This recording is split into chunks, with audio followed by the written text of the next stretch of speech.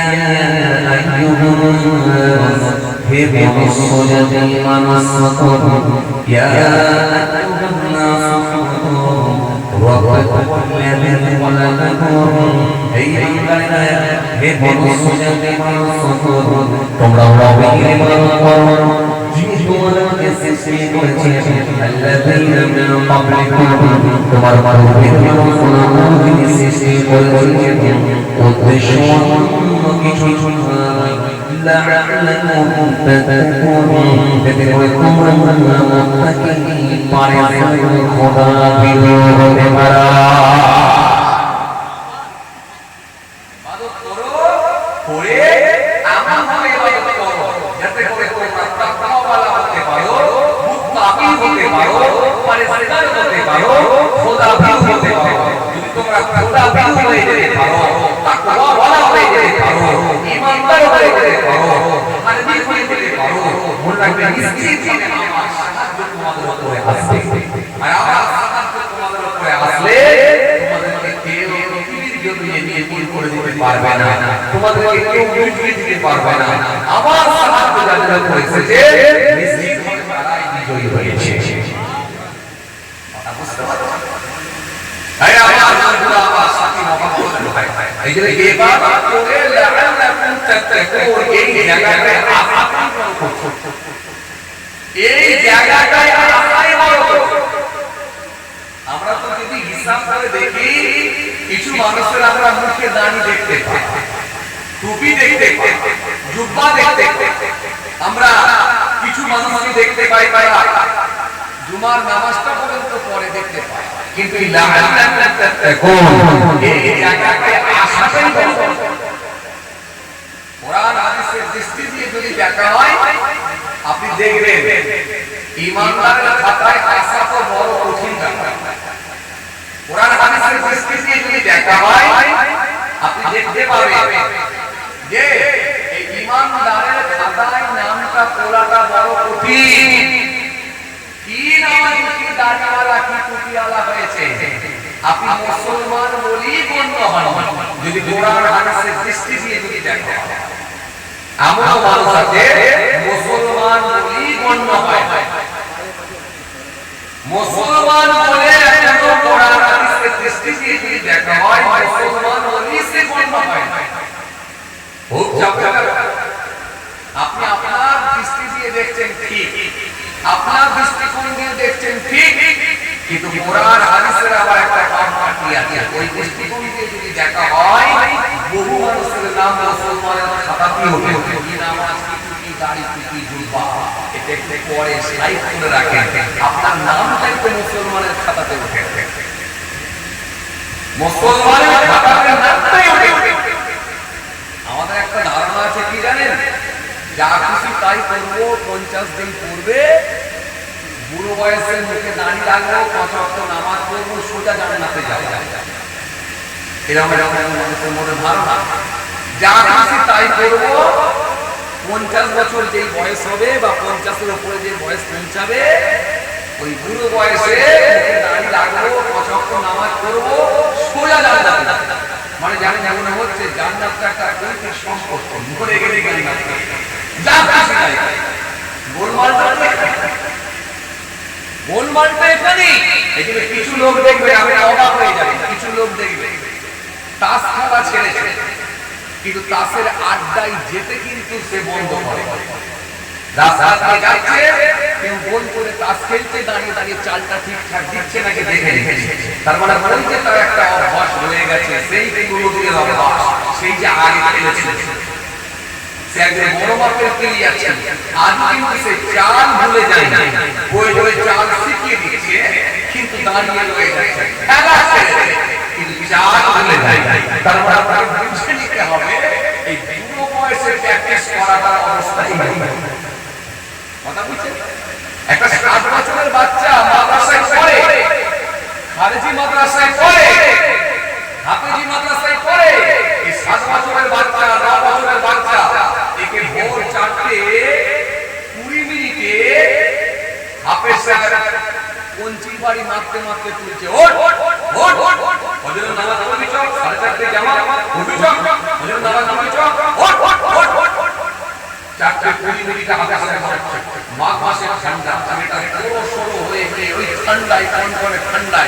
ওযু করে কাঁপতে কাঁপতে মসজিদে যাচ্ছে 7 বছর বয়সে প্র্যাকটিস।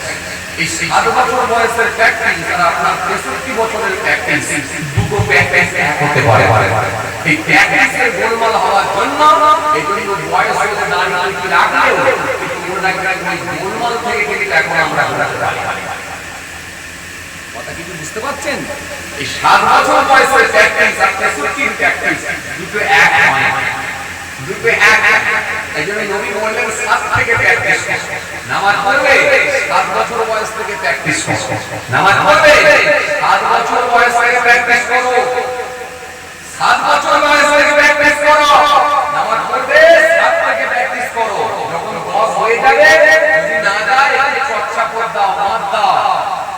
আর আমরা প্র্যাকটিস করছি কবে থেকে? পুরো বয়স থেকে। যে ফিটনেস ভালো হয়েছে, শরীরে কম্পন শুরু হয়ে গেছে, বাত সুগার, আপনার কি বলে আপনার কি বলে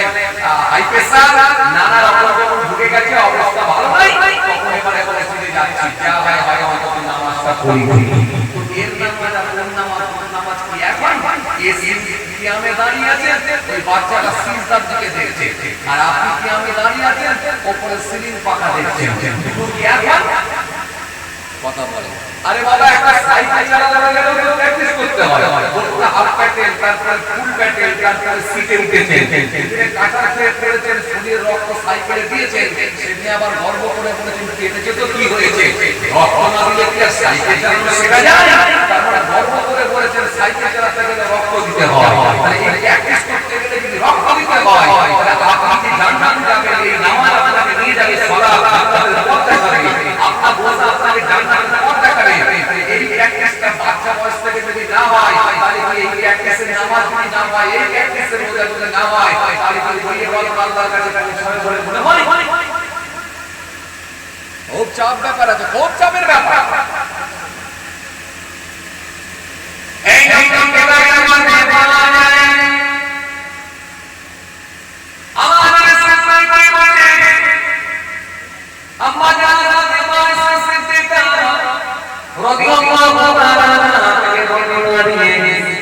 আনা আয়েশা রাদিয়াল্লাহু তাআলা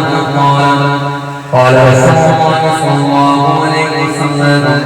ليس أحد يؤمن إلا عليه أما نبي صلى الله عليه وسلم وعيسى صلى الله عليه وسلم কায়া বলতে ভাই ভাই কঠিন দিনের নবী এত ভয় হবে কায়া বলতে ভাই ভাই এত কঠিন দিনের নবী এত ভয় ভয় করে সেদিনে আমার যদি কাউকে প্রশ্ন করে ওই অনুষ্ঠানের পাশে ধ্বংস দিয়ে জবাব দিতে পারবে না। এই জন্য কায়ামতের ময়দানে আমার প্রতিজ্ঞা সেই দিন আমরা যদি জিজ্ঞাসা করি, সেই দিন যদি আমরা কাউকে প্রশ্ন করি, ওই মানুষটা জবাব দিতে পারবে না। এই জন্য আমাদেরকে সিস্টেমেটিক দিয়ে ভালো করা ওই ইবাদত আল্লাহর কাছে চলে যাবে। এই জন্য ইবাদত যেটা বলে নবী নবী রাসূলুল্লাহ বলেন আগে মুসলমানের মাথায় মাতুল্লাহ, মুসলমানের কাছে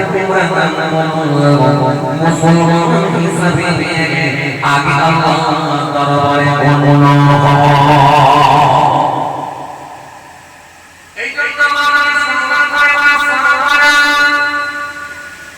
المسلم والمسلم والمسلم باللسان ويده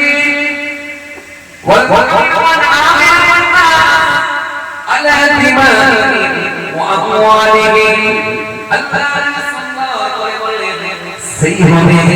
مسلمان كي مسلمان داري ولا مسلمان توفي ولا مسلمان Subhanallah Muhammad Namazi Rabbi Muhammad Abi Rasulullah Jilini Sayyidi Muhammad Jangan berkaya Tupu ala Nabi Tupu lakun Nabi Al-Muslim wal-Muslim Muslimun bil-Lisani সেইভাবে যারা জবান হইতে অপর নিরাপদে ছিল।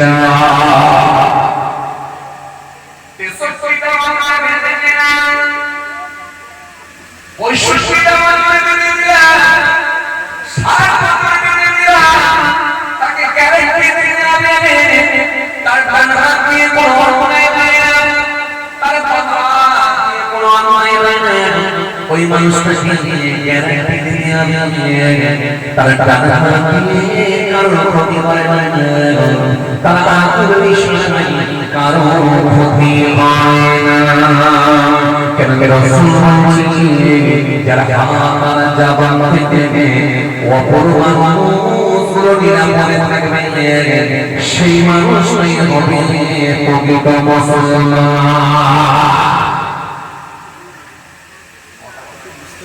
বাবাজি বুড়ো বয়সে এখন সবাই দাঁড়িয়ে রাখা সিপিএম এর প্রধান যে এলাকায় তোলপাড় করে দিয়েছে, ঘরের বেলায় আগুন লাগিয়েছে, সেও এখন বড় দাঁড়িয়ে রেখে বড় জুলপা করে জমা না করতে যাচ্ছে। লোক বলছে আল্লাহ ওলি হয়ে গেছে। টিএমসির আমলে টিএমসির নেতা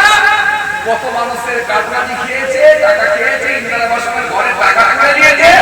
সেও এখন বড় দাঁড়িয়ে রেখে বড় জুলপা করে জমা না করতে যাচ্ছে। লোক বলছে আল্লাহ ওলি হয়ে গেছে। আর বিজেপির আমলে মানুষকে ধরে ধরে খালি কুরবানি করেছে, মবলিং করেছে, আর যে মানুষকে পিটিয়ে মেরেছে সেও এখন মুখে দাঁড়িয়ে রেখে আবার মসজিদে যাচ্ছে। লোকে বলছে মনে আবার ওলি হয়ে গেছে। এত সহজ, এত সহজ। আপনি যদি গ্যারান্টি দিতে পারেন, আপনি যদি গ্যারান্টি দিতে পারেন, আমি 60 বছর দিতে দিলাম আমার এই টাকা কারণ ক্ষতি হয় না, এই টাকা দিয়ে কারণ ক্ষতি হয় না, এই টাকা দিয়ে কলম চালিয়ে এমন কিছু ক্ষতি করে দিলেন, এই টাকা দিয়ে অস্ত্র ধরে এমন কিছু ক্ষতি করে দিলেন, আমার বাবা দিয়ে কারো ক্ষতি হয় না। এটাকে যে আপনি গ্যারান্টি দিলে পারেন 60 বছর বেঁচে ছিলেন আমার টাকা আমার বাবা, এটা দিয়ে ক্ষতি করে দিলেন। নবী বলেছেন যে আর তুমি একজন মুসলমান বলে বলা হয়ে যাবে, এর ভেতরে তোমাকে আরেকটা গুণ দেখাতে হবে। 60 বছর তুমি বেঁচেছিলে, জবান দিয়ে পড়া কথা বলো না, গরিব মানুষের চোখে ছড়িয়ে দিও না, তোমার জবানে মানুষের হৃদয়ে আঘাত করো না।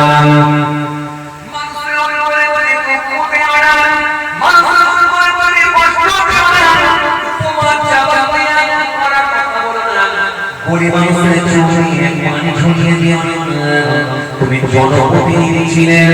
গরিব মানুষের সামনে গিয়ে এমন করে কথা বলেছ, লোকরা চুপিয়ে পানি ছড়িয়ে দিয়েছ, বলে হবে না। তুমি একজন নিজেকে নেতা বলে দাবি করেছ, তুমি একজন নেতাকে জনপ্রতিনিধি বলে দাবি করেছ, তুমি এলাকায় যখন গেছ তোমার আগুনের ইশারায় কত মানুষের ঘর ভরা হয়ে গিয়েছিল, তোমার আগুনের ইশারায় কত মানুষের কান্নায় ঘর ভরা হয়েছে, তোমার আগুনের ইশারায় ঢালাই রাস্তার উপরে পিলার লাগানো হয়েছে, গ্রামের প্রথম বাড়িটা তোমার ছিল, তুমি একজন হাকিম সাহেব ছিলে, তোমার উপর ছিল লোকজন সব বলে তুমি ওই আগুনের ইশারা দিয়ে ঢালাই রাস্তার উপরে পিলার দিয়েছিলে, খোপা মেরে দিয়েছিলে, ওই পাড়া ধরে চার চাকা গাড়ি ঢুকতে দিও না। তুমি শেষে মনে করেছিলে সবাইকে আমি যত্ন করে দিয়েছি, এটাও কিন্তু তোমার আগুনের ইশারায় হয়েছে। তোমার আগুনের ইশারায় যদি মানুষের ক্ষতি হয়ে থাকে, তোমার তোমার জবানের কথায় যদি মানুষের ক্ষতি হয়ে থাকে আমি রাসূলুল্লাহ বলছি তুমি রাসূলুল্লাহ বলি গণনা হবে না।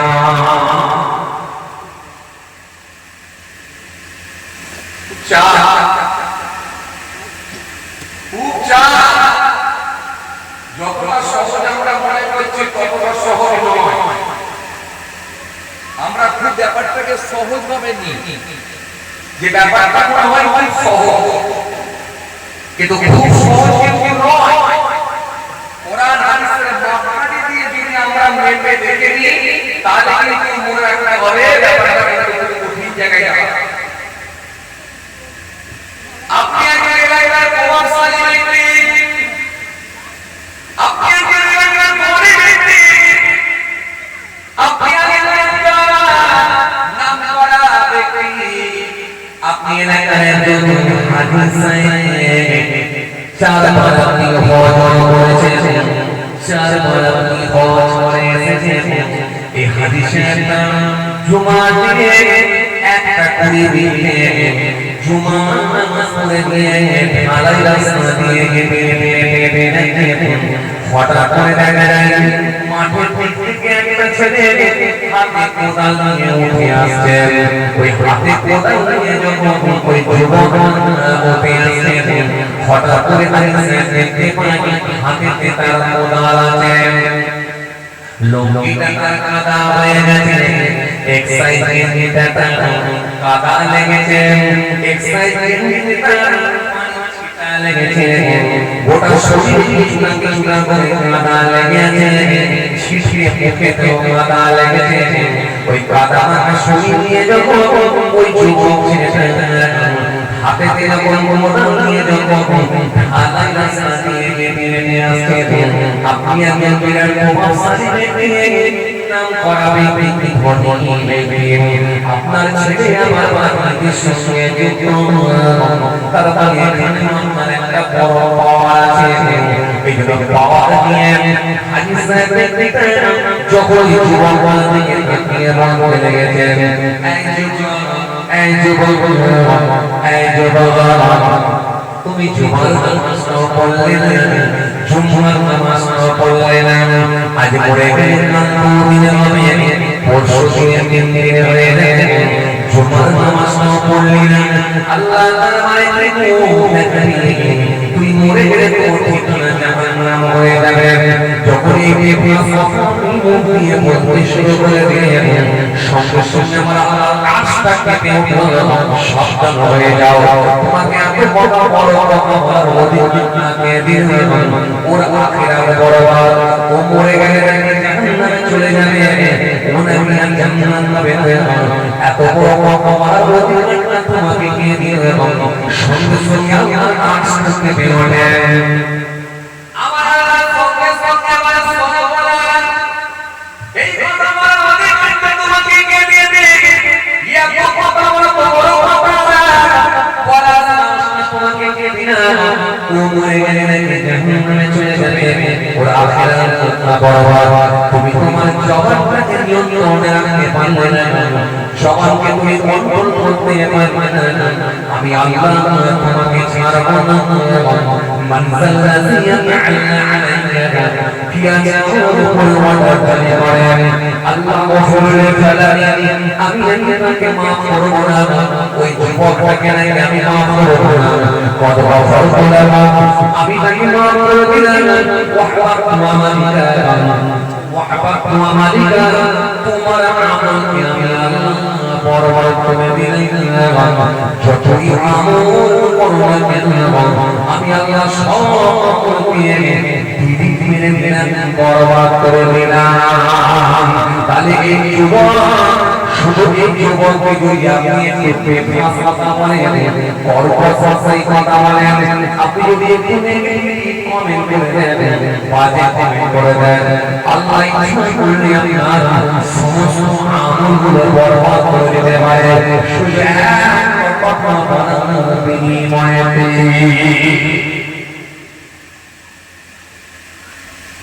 কথা কিছু বুঝতে পারছেন বাবাজি? হ্যাঁ, এই জন্য ধর্ম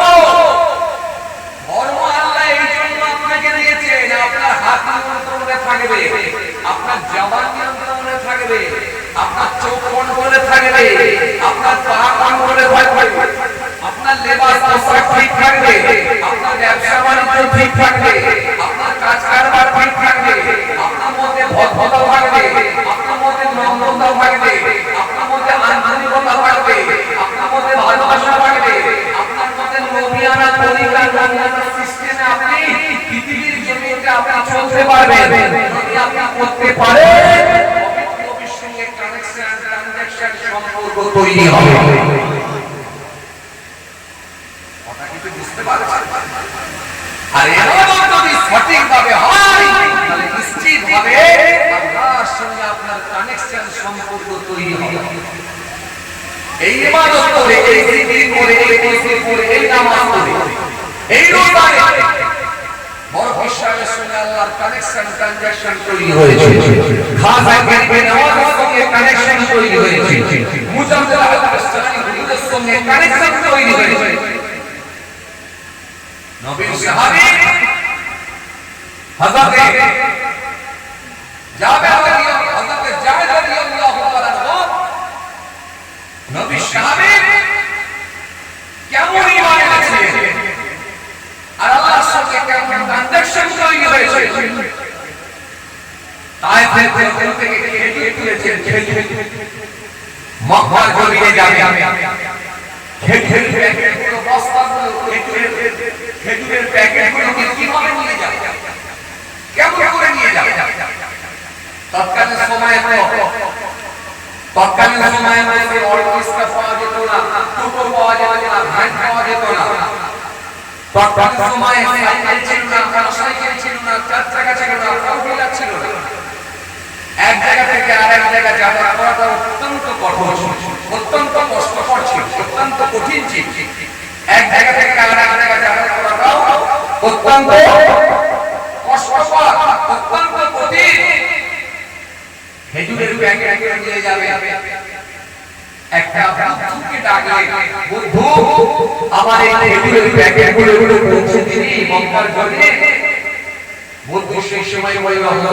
আপনার এই খেজুরের প্যাকেটগুলো পৌঁছে দেব আমার মাথায় চাপিয়ে দেব হুজুর বললেন দাদা আপনাকে আমি চাপিয়ে দেব তো এর জন্য কত টাকা দিতে হবে বল কত টাকা দিতে হবে বল কত মুদ্রা দিতে হবে কত অর্থ দিতে হবে বল সেই সময় বলল হযরত অন্য বুদ্ধ থাকলে আপনার যে ভাড়া দিত তার থেকে আমি অনেক কম ভাড়ায় আপনার পৌঁছে দেব তবে শর্ত একটা আছে শর্ত হচ্ছে আমি যে পথ দিয়ে নিয়ে যাব যে রাস্তা দিয়ে নিয়ে যাব আপনি আমাকে বাধা প্রদান করতে পারবেন আমি যে রাস্তা দিয়ে নিয়ে যাব যে পথ দিয়ে নিয়ে যাব যে রাস্তা দিয়ে নিয়ে যাব আপনি আমাকে বাধা প্রদান করতে পারবেন না আপনি আমাকে আপত্তি জানাতে পারবেন না আমি যেটা নিয়ে যাব সেটা দিয়ে আপনাকে যেতে হবে তবে আর চিন্তার কারণে আপনি পৌঁছেন তবে আমার কথা মতো আপনাকে যেতে হবে আল্লাহ নবী সাহাবী তাজা মনে কোনো জ্ঞান নাই মনে কোনো প্যাঁচ নাই মনের মধ্যে কোনো জটিলতা নাই সহজ সরল মানুষ খোলা মনের মানুষ তিনি বললেন ঠিক আছে তাহলে আমার এই খেজুরের বস্তাগুলো পৌঁছে দাও যেটা লাগবে আমি দিয়ে দেব মক্কার জমিনে যাচ্ছে কিন্তু বুদ্ধি ছিল টাকা সে মানুষকে ধোঁকা দিয়ে বোকা বানিয়ে নিয়েছে জঙ্গলের মধ্যে হত্যা করে দিয়েছে নবী সাহাবীর ঈমান তাজা সাহাবী সরল বিশ্বাস করে নিয়েছেন আর সেই সরলতার সুযোগটাও কিন্তু সে নিয়েছে হুজুরকে ঠিক আছে হুজুর চেপে পড়ুন আলাদা করে চাপন আর খেজুরের বস্তাগুলো তুলুন খেজুরের বস্তাগুলো তুলে দেয়া হলো নবী সাহাবী আলাদা করে চেপে হুজুরকে নিয়ে চলে যাচ্ছে আইরে কোথায় তায়েফের জমিনে থেকে মক্কার জমিনে দিকে যাচ্ছে এত মুসলমান জামাকে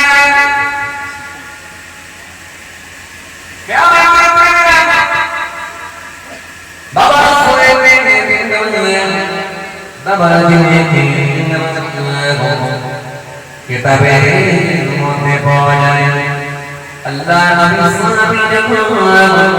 ওই খেজুরের বস্তাগুলো তুলে দিয়েছেন হুজুর আমার মাথার উপর চেপে যখন করে দিলেন কিতাবের মধ্যে পাওয়া যায় ওই ওই বন্ধু সাথে যেতে যাওয়ার পরে জমি ছেড়ে একটা গোপন রাস্তা রয়েছে, একটা গোপন পথ রয়েছে, যে রাস্তা দিয়ে নিয়ে যাওয়া হচ্ছে।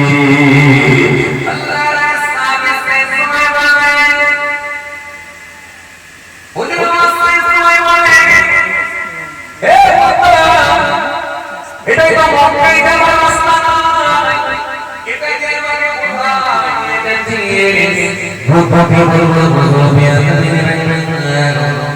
এটা দিয়ে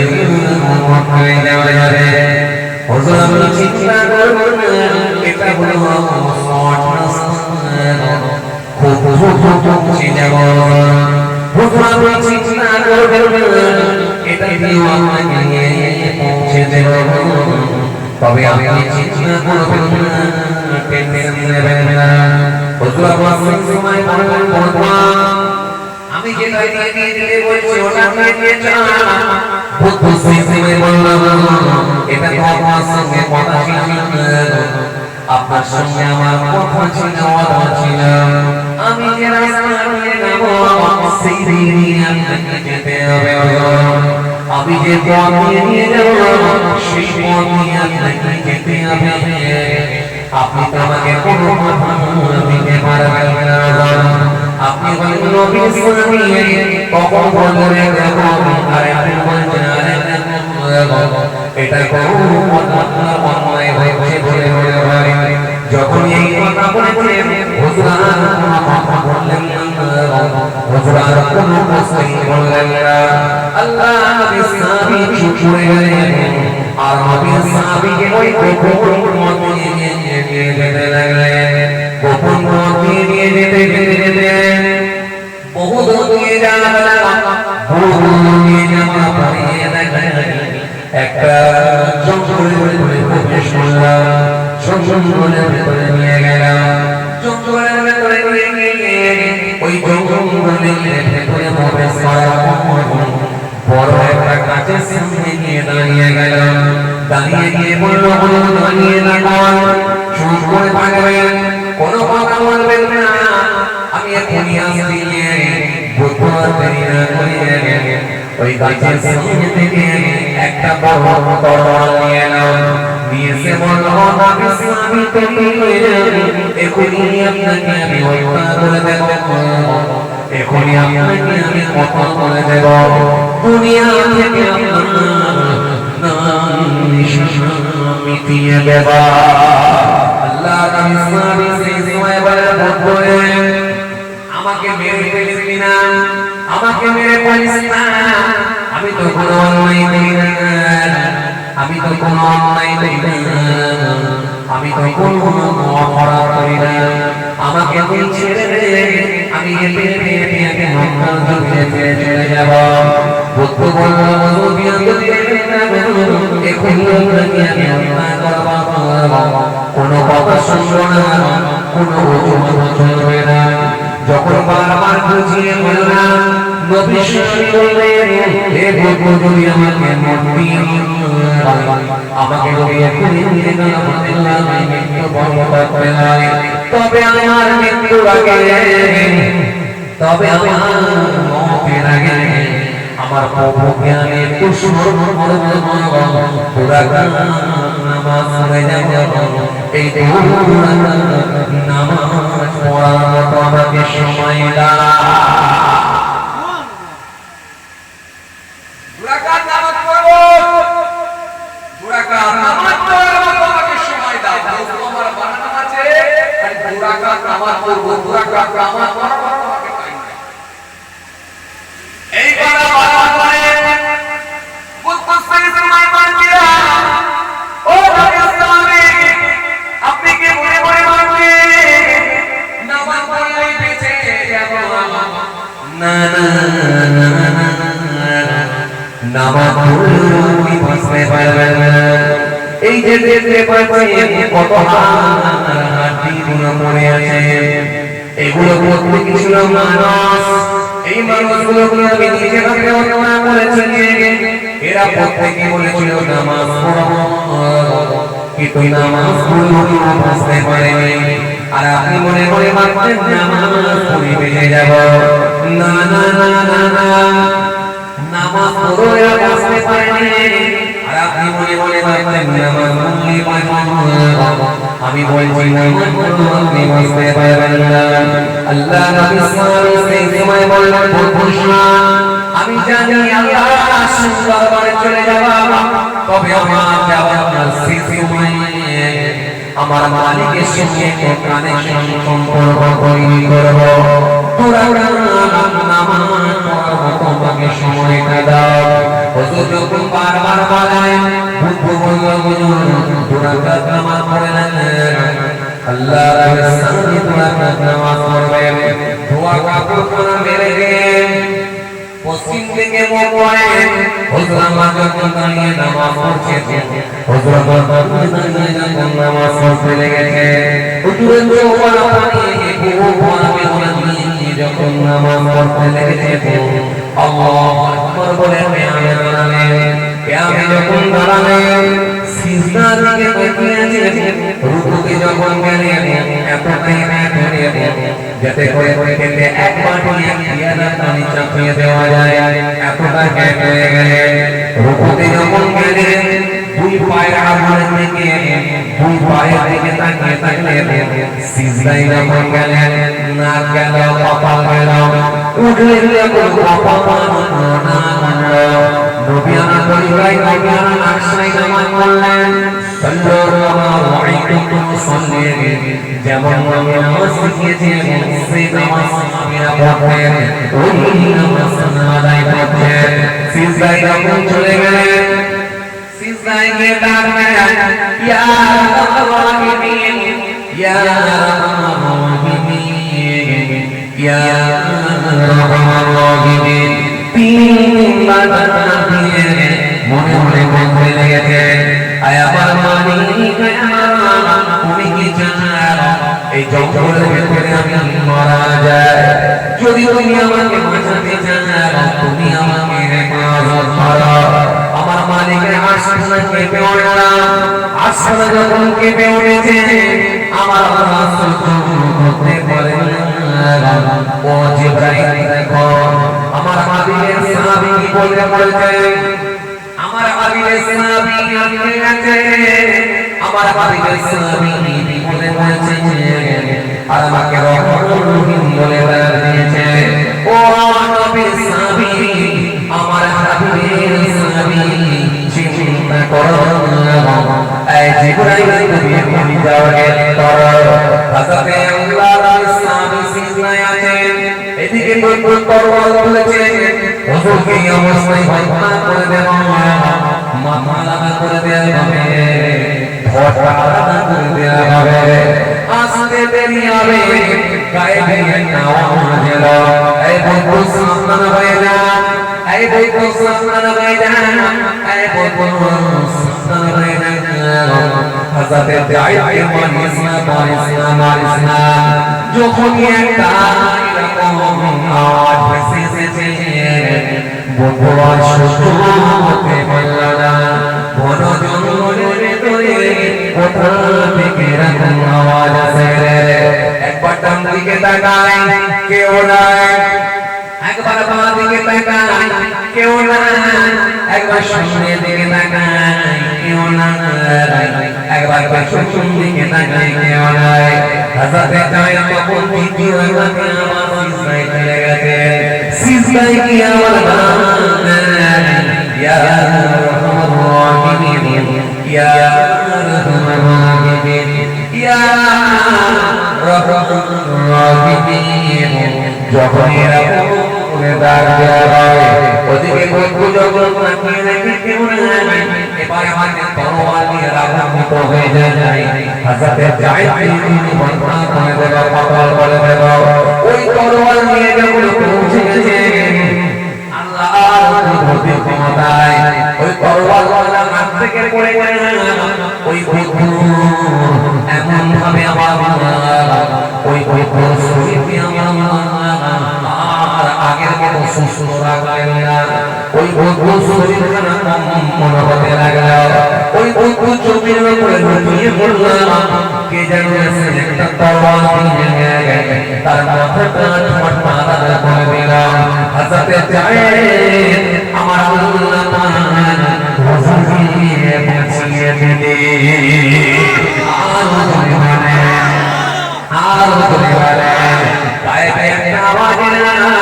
ও নবী ইসলামী আর কোনো ভয় নাই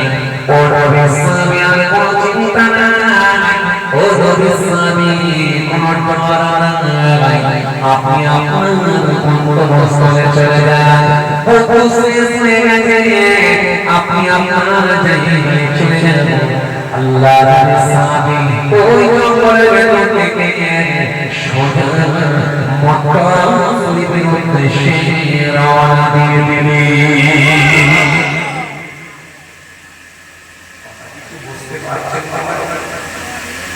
এই নামাজ যখন আপনার থাকবে আমার মালিকের সঙ্গে কানেকশন সম্পর্ক তৈরি হবে কিন্তু এটা করতে গেলে 7 বছর বয়স থেকে প্র্যাকটিস এটা পুরো বয়সের প্র্যাকটিস নয় মূল বয়সের প্র্যাকটিস 7 বছরের প্র্যাকটিস এক হতে পারে কথা কি আমার হয় না এইজন্য আসো ভুল বুঝবেন না রাগ করবেন না সিস্টেমেটিক যদি না চলা হয় আমার আল্লাহর সঙ্গে কানেকশন থাকতে পারে এজন্য আপনাদের সামনে আমি যে হাদিসটা বলতে চলে এসেছি মনে আছে যে আপনার হাত আর জবানের গ্যারান্টি দিতে হবে এই দুটোর যদি গ্যারান্টি দিতে পারেন তাহলে মুসলমান বলে আপনি গণ্য হবেন এরপরে আল্লাহ নবী বলেন ওয়াল মুমিনু মান আমিনা বিন নাস আলা দিমাহিহিম ওয়া আমওয়ালিহিম এরপরে আমার আল্লাহ সুন্দর করে বলেন শোনো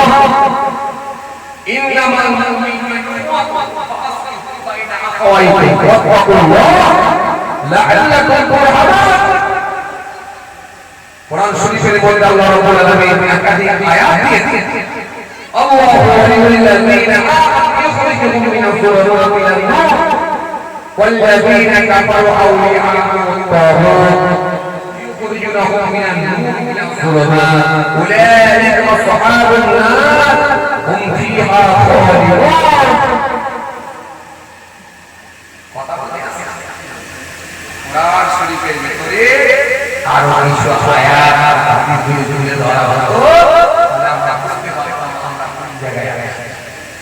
যদি আমরা সিস্টেমেটিক না চলি কানেকশন থাকতে পারে আর যদি আমরা সিস্টেমেটিক চলি তাহলে আল্লাহর সাহায্য আমাদের উপরে আসবে ইনশাআল্লাহ আর আল্লাহর সাহায্য যদি এসে যায় পৃথিবীর কোনো ক্ষমতা নাই তাকে মারতে পারে পৃথিবীর কোনো ক্ষমতা নাই তাকে আটকে দিতে পারে যাই হোক ভাই আমার বন্ধুরা আমার সাথী মহব্বতের ভাইরা আর সময় নিয়ে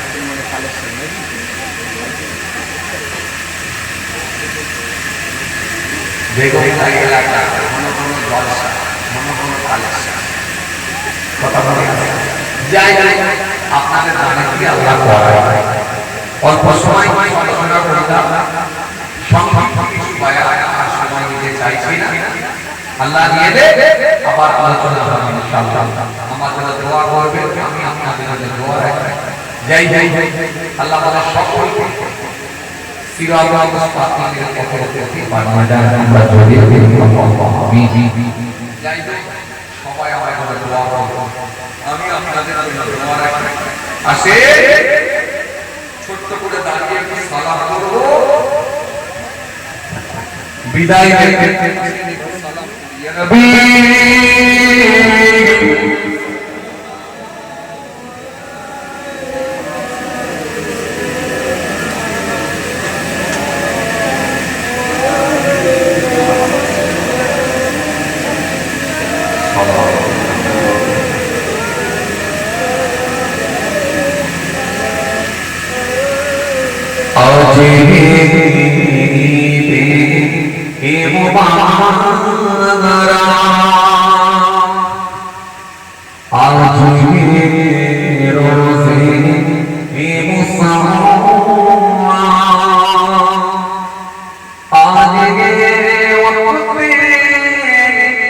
बिना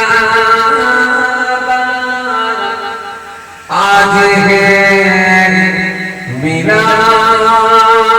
तेरा सुरा प्यार भी सलाम या रसूल सलाम या हबीब सलाम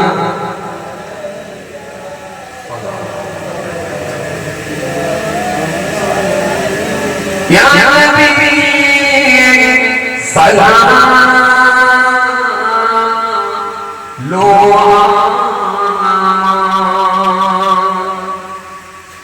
या रसूल सलाम लो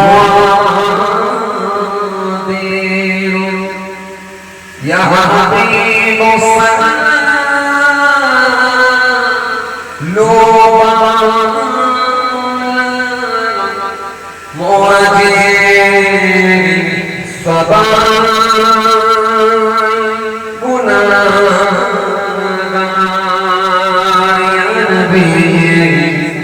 सलाम या रसूल सलाम या हबीब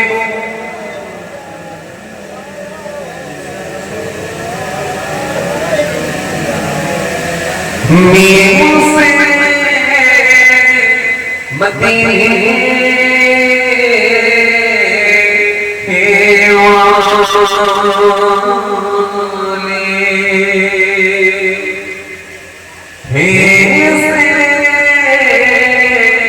हसनी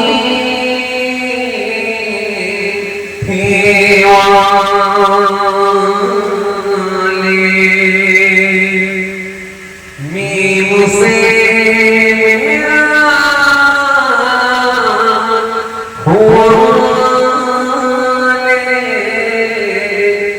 दाल से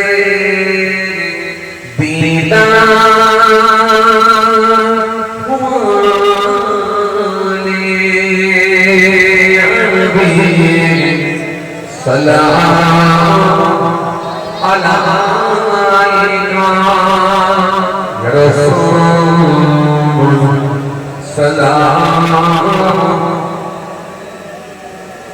या हबीब सलाम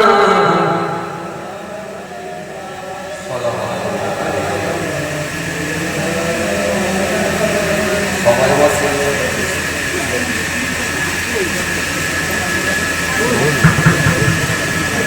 তুই বলো ভাই।